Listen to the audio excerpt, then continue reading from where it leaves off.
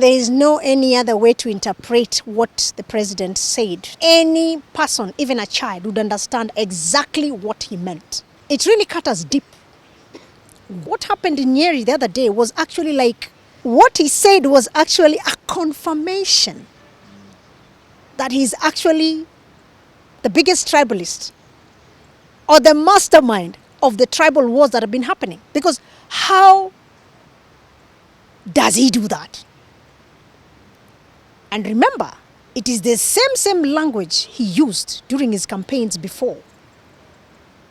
Called Raila all sorts of names then when he was campaigning. And the mountain people bought into that and voted him. He made the Lake NYANZA people look so bad to Kikuyus for him to garner whatever numbers of votes he garnered in the mountain, which was very big numbers. Fast forward, he's embarked on using the same rhetoric of now putting Luos on loggerhead with Kikuyus by calling them names, which was WAPUMBAVU. That's deep. I mean, how stupid could you get to be fooled that much as a people,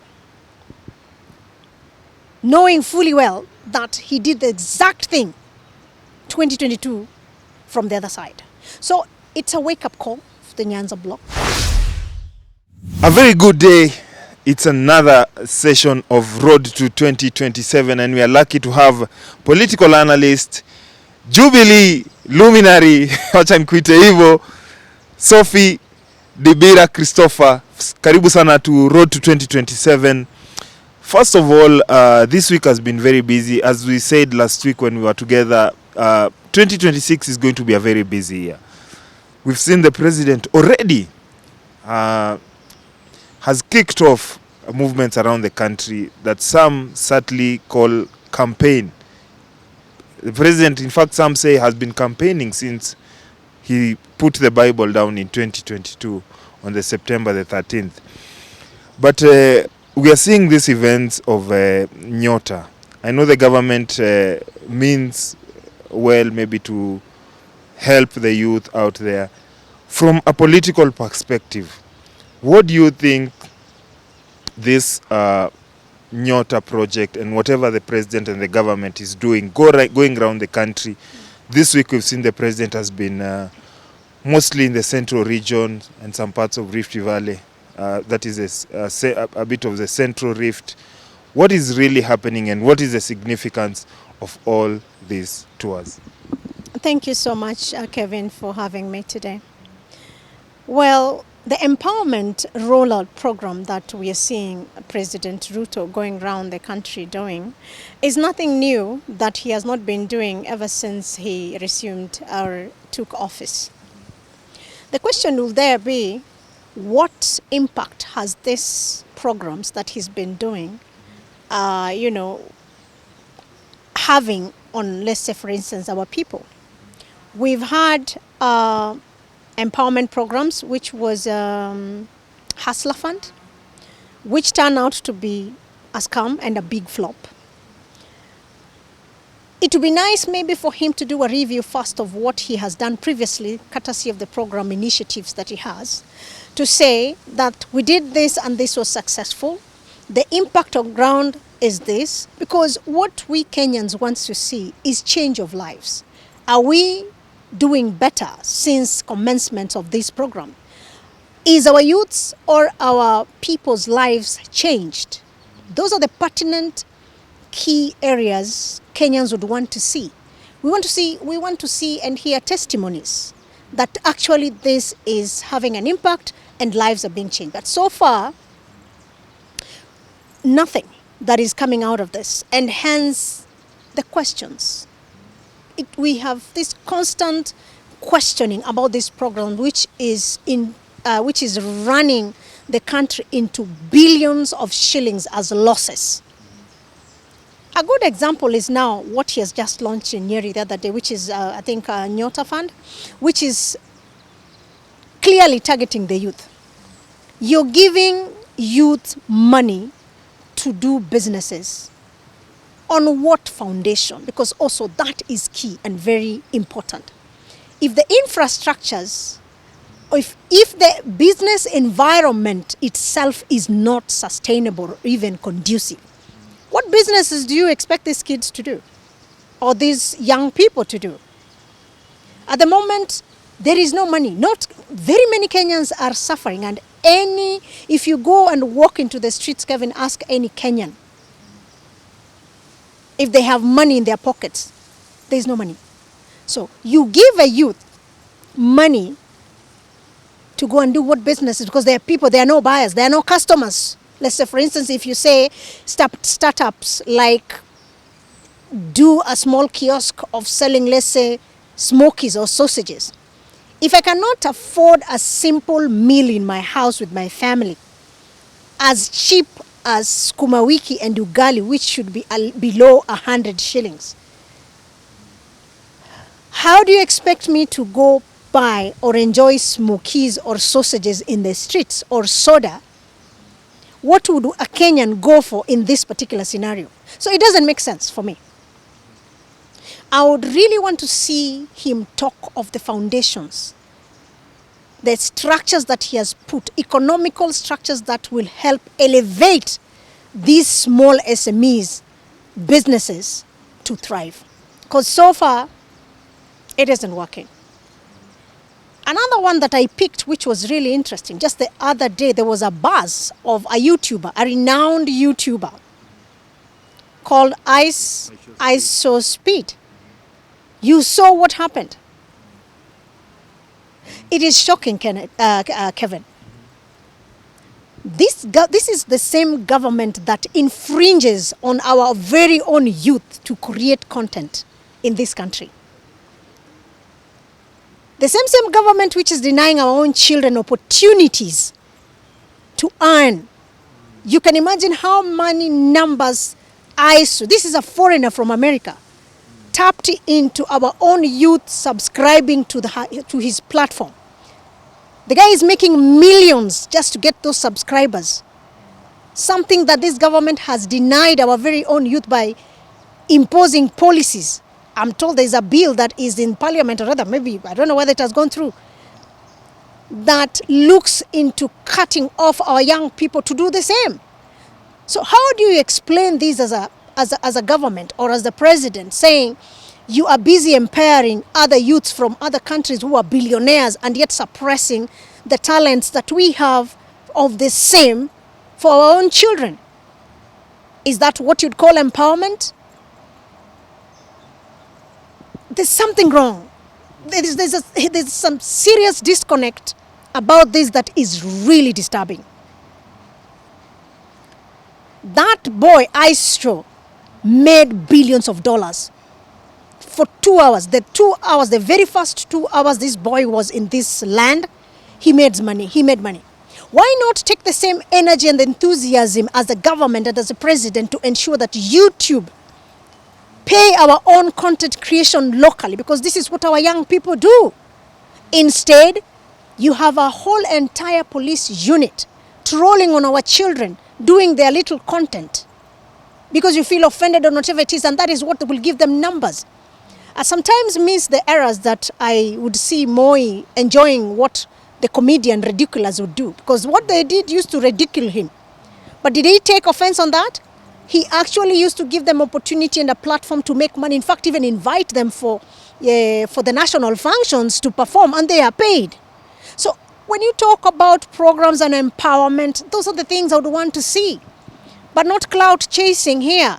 That boy was hired a private chopper, was flying all over the country, Mombasa, Malindi, Kisumu, and everything. And if you could see the clips that are online about the same, it was very structured by this government to market the government. I mean, why would you want to showcase what is not a reality of your own country, for example, to the outside world? What do you gain about that? I don't know whether this is true. Yes, I don't know whether this is true, Kevin, that ICE show deleted his clips on X. Is it true? Maybe you can tell me because you boys are the ones who are in there. I'm not sure about that. But he says, so there's a rumor, he says that when he realized that the government was using him to market them and not the reality shows that he has been doing. Let's say, for instance, that like when he went to Zimbabwe and South Africa, he pulled them out. I don't know. So you can only fool people for a minute, those who do not know you. But truth will always come out. So I'm saying this, and this is what I'm saying to Kenyans and even the authorities that are doing this. Create and make businesses environment conducive for our young people or our Kenyan people to thrive. First and foremost, because without that foundation, the programs or the money you're dishing out can be useful elsewhere, which we believe would be better off used, because there's so much in dire need in this country that money can go into. Yeah. We've seen some saying that this empowerment project and this countrywide campaigns the president is trying to do is eventually the end game is a political strategy to win him the Gen Z voters, the votes of the young people who primarily have been lost from the last protest of 2024, the protests of 2025 have primarily been lost. Do you think eventually this will add votes to his basket? Not a minute, I don't think so. I think he underestimates the capability of reasoning of our young people.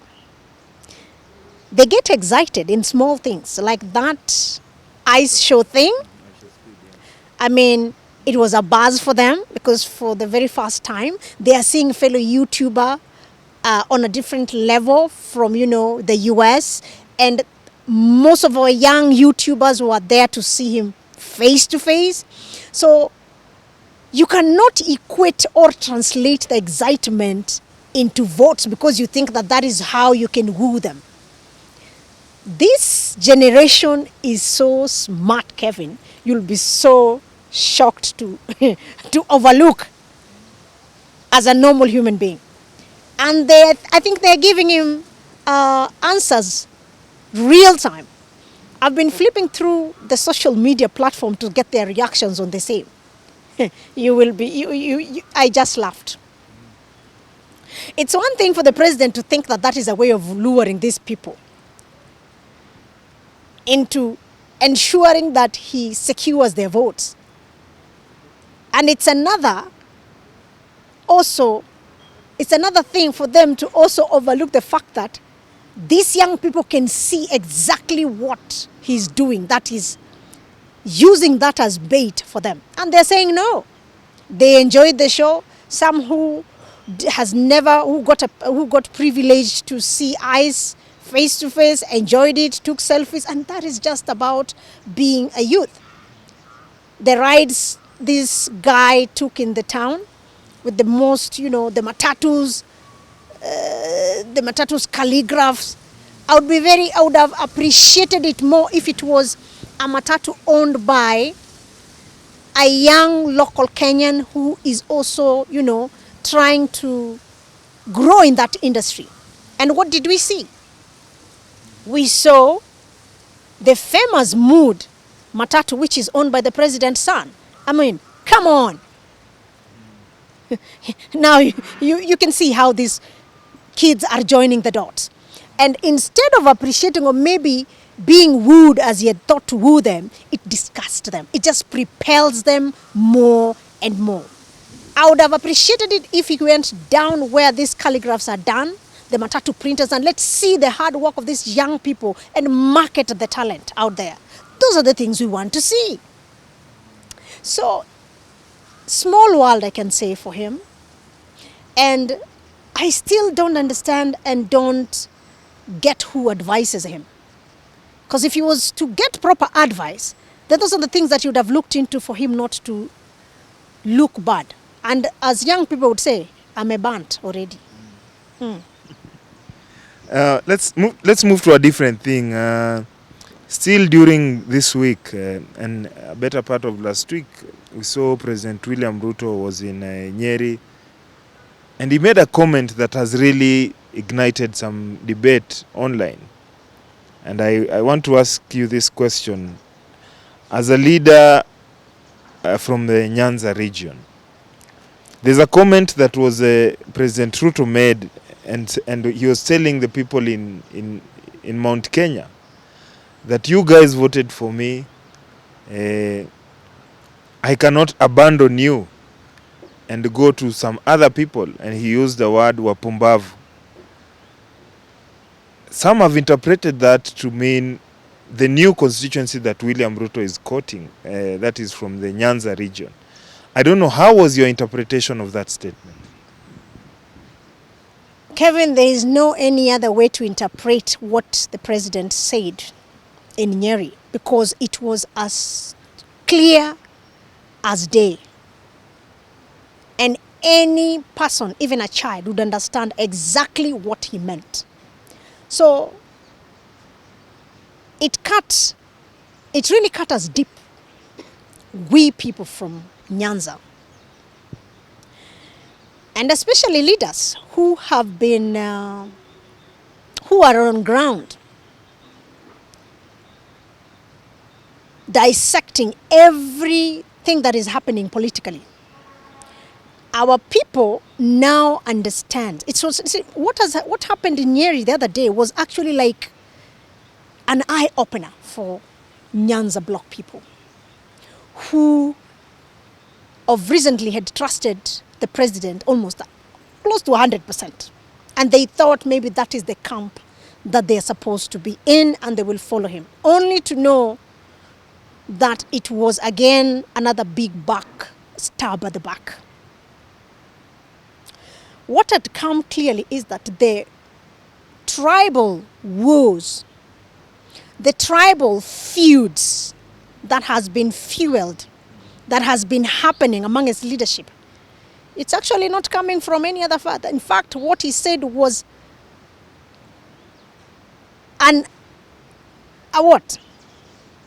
What he said was actually a confirmation that he's actually the biggest tribalist or the mastermind of the tribal wars that have been happening. Because how does he do that?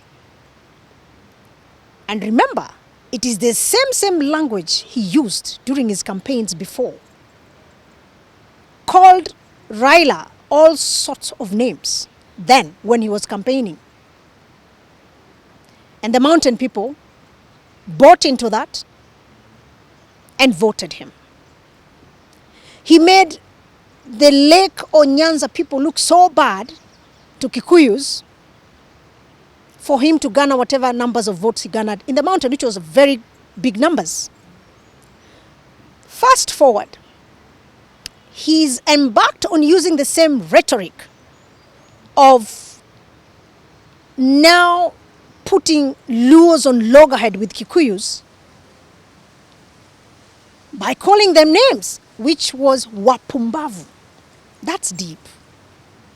I mean, how stupid could you get to be fooled that much as a people, knowing fully well that he did the exact thing 2022 from the other side? So it's a wake-up call for the NYANZA Bloc. I think that more than any other time of their lives, now they know what this whole thing is all about. And I think it actually made or has come into a turning point, sort of, for them to make decisions going forward as a community, as a regional bloc. And only this way they'll be able to move. And as you can speak, and maybe I can speak for most of us, because being a leader from down there, you can also, we interact with people, we ask questions, because we also need to know what the feelings, exact Mwananchi feeling is on the ground. So they appreciate it, that it has actually mentioned, it was mentioned at the right time for them to make that sober decision, because most of them were a bit confused. Remember, after Baba's demise, there's too much confusion and people still had not known what direction to take. And a bigger number had not yet decided. So they're saying, thank God this has happened. And now we are better off. We're on the right trajectory to see the directions we're going to take. Soberly and without any, confusion, because now things are very clear. Yeah. Some said that that statement may have been accidental. And do you think it brought out the reality of what he really feels in mind? And it could be a red flag that probably he's not banking on the Luo vote to help him retain the presidency or get a second term. Did that just come out accidentally, or do you think that is exactly what he feels, and probably he's no longer banking on the NYANZA votes? Some have said now that Raila Odinga is not there, probably there could be voter apathy. The turnout in NYANZA could be low in terms of voting on the presidential election. Residents could vote for other leaders from the member of county assembly, member of parliament, women rep, senator, governor, etc. But on the presidency, there could be a lower voter turnout. Do you think he has lost hope on banking on the Luo vote? Kevin, it's very clear that the utterances the president made in Nyeri was not a slip of a tongue. That is exactly how he feels. If you look at the patterns and how things have been shaping up, this for the last, let's say, 2-3 months ago, the struggles he'd been having to, regain loyalty and trust of the people, especially where we have very bigger numbers of voters, has been very meek for him. And as of the other day where he had to speak the way he spoke in Nyeri, it's a clear indication that he has lost and is not really fully banking on NYANZA or Luo votes, so to speak. Because number one, the facts are very clear and evident. Luo's votes are not enough, let's say, for instance, to make him a president. And he's fully aware that without that chunk of Mount Kenya, he's going nowhere. And this pushed him into that uncomfortable corner, which he had already left. You remember how he left? It was with a lot of chest thumping. And there was that big picture that came out like he really didn't need Mount Kenya votes if he can consolidate the rest of the country's votes. Fortunately enough, I can put it that way, it did not work for him. And now he has been forced to make a big U-turn back to the people and the hands that already fed him. I can say it's not going to be an easy task for him, much as he's being welcomed. You can welcome him because he's still the head of state. As per the law, he will be welcome, and he's always welcome any part of this nation. But what is challenging and a task for him right now is the guarantee of having the same votes from that region. I don't think it's going to work. You have said President Ruto probably is being forced to go back to the drawing board. Sophie, tell me, in 2027, and as a leader from that region, as a political strategist from that region, forget about your political affiliation or what you think, what you have in mind. If you had a chance to sit down with President William Ruto and his strategy team right now, would you advise him to still bank on the Luo vote? And let me connect this question again. What would you advise the residents, leaders, and people from the NYANZA, and especially the Luo NYANZA region? Should they go it alone in 2027 and field a candidate? Probably not to win, but maybe to just test water or retain their bargaining capability. Or they would they are better off right now supporting President William Ruto? Definitely, I was not expecting you to ask me that question. I cannot give or advise Ruto because he's one person I want out of that seat. However, what I would advise my people from the NYANZA bloc, Migori being one of them because that's my home, is that this is a golden opportunity ordainedly given to us to ensure that we are never, ever left or discriminated as it has been. Because that's what they feel. They feel like they've always been sidelined for so long. And any person who comes up purports to try, pretend like they care for us as a region, we give in and then only to be left hanging. That is what our people feel on the ground. So I would tell my people this. Hope is not lost. Like I've put it, it's a golden opportunity to now move forward with like-minded leadership. And as far as 2027 is concerned, there is a lot we can do to change that trajectory because it is a very small cycle of people who have been maintaining and ensuring that we don't move as a community, as a bloc, as a region. We know them. Remove those few from the equation. Believe you me, NYANZA bloc will move and will be on a different level. We have very able leaders, very capable leaders there. And we know them. So let us give them chance. Give us chance, I could say, for us to transform and make NYANZA what it used to be.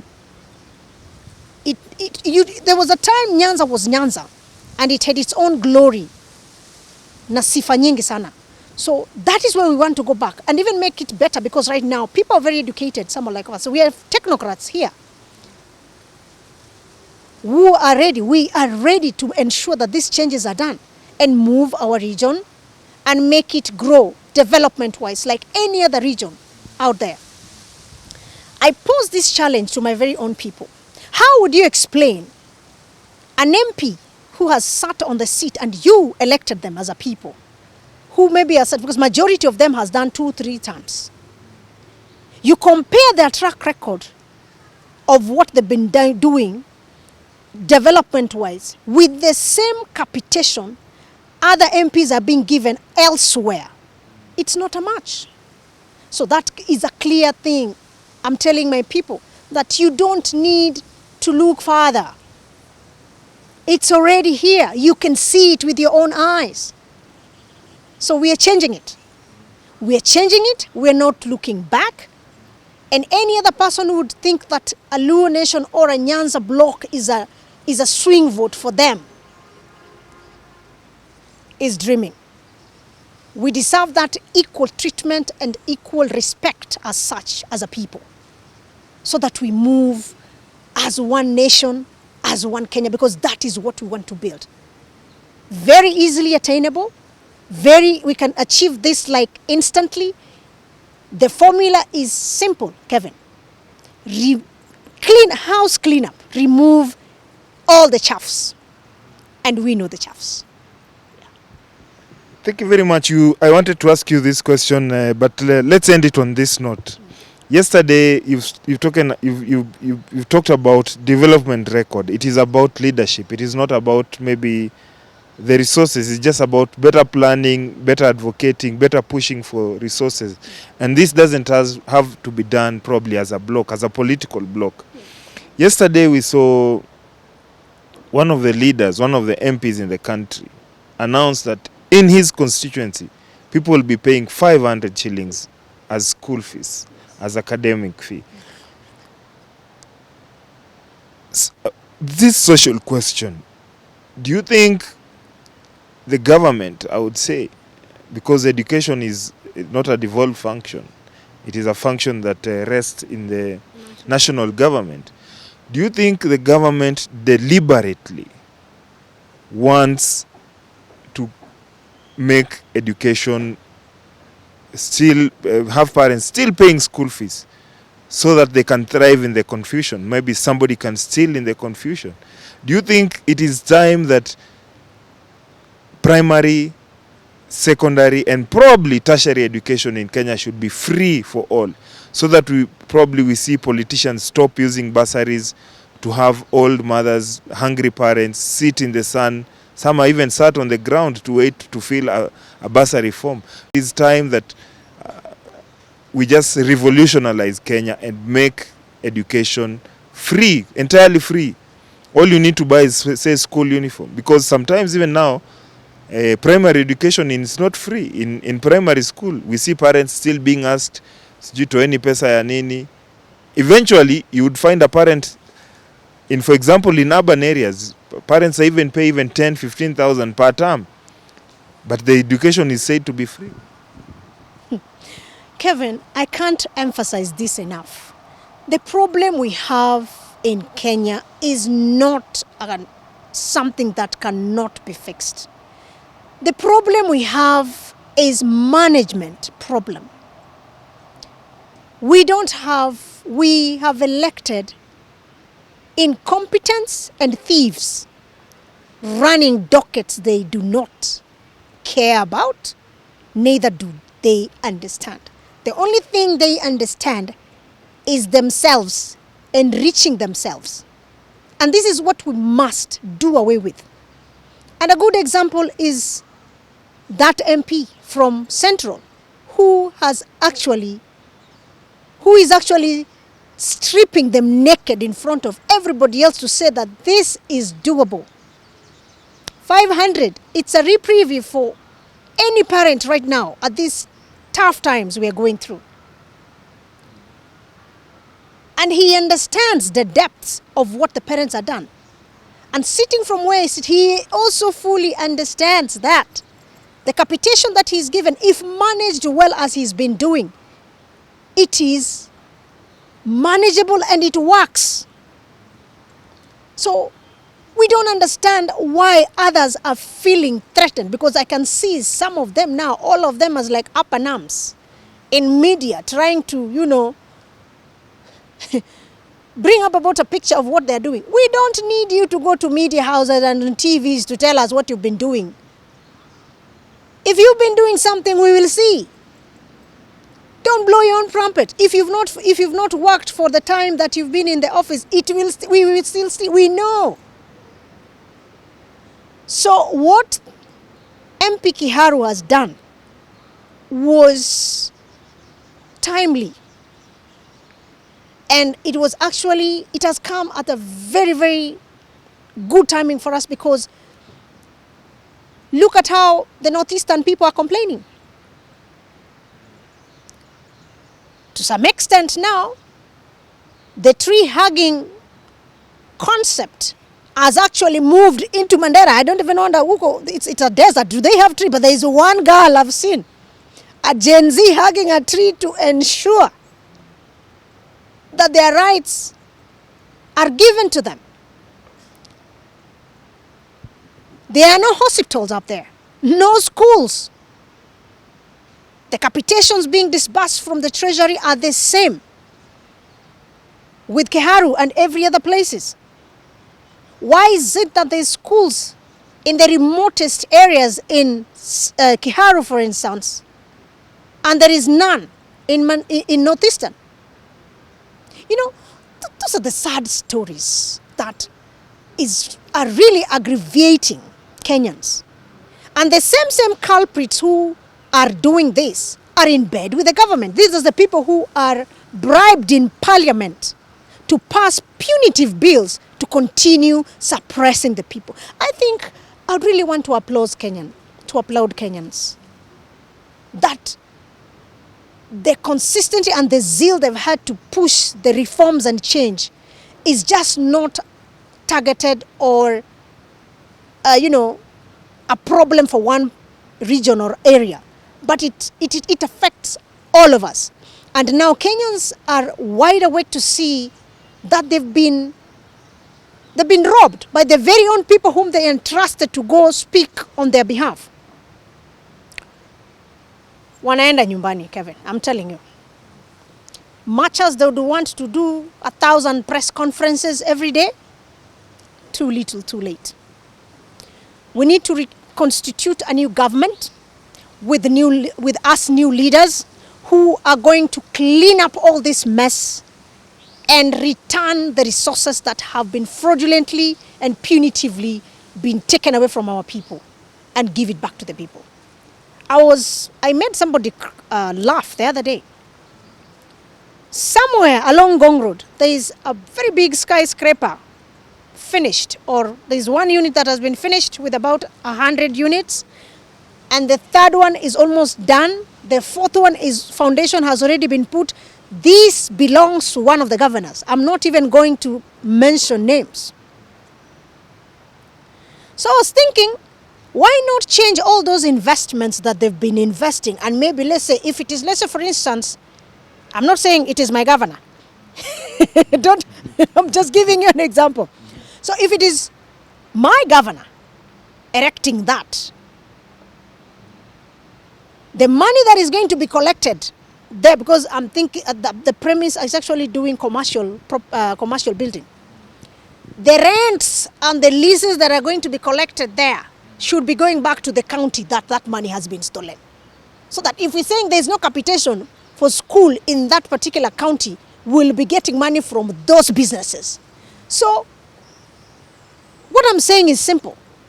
Whatever mess we are in is man-made. That can be fixed. And they can only be fixed with us again. Like-minded people who are determined to ensure that this mess is done once and for all. Okay. Thank you very much, Sophie. This has been Road to 2024. Sophie has told us the secret to a better Kenya is a cleanup, total overhaul, cleaning up the leadership, cleaning up Kenya. We hope to get better leadership in future. Thank you very much again for granting us this opportunity. Until next time, this has been Road to 2027.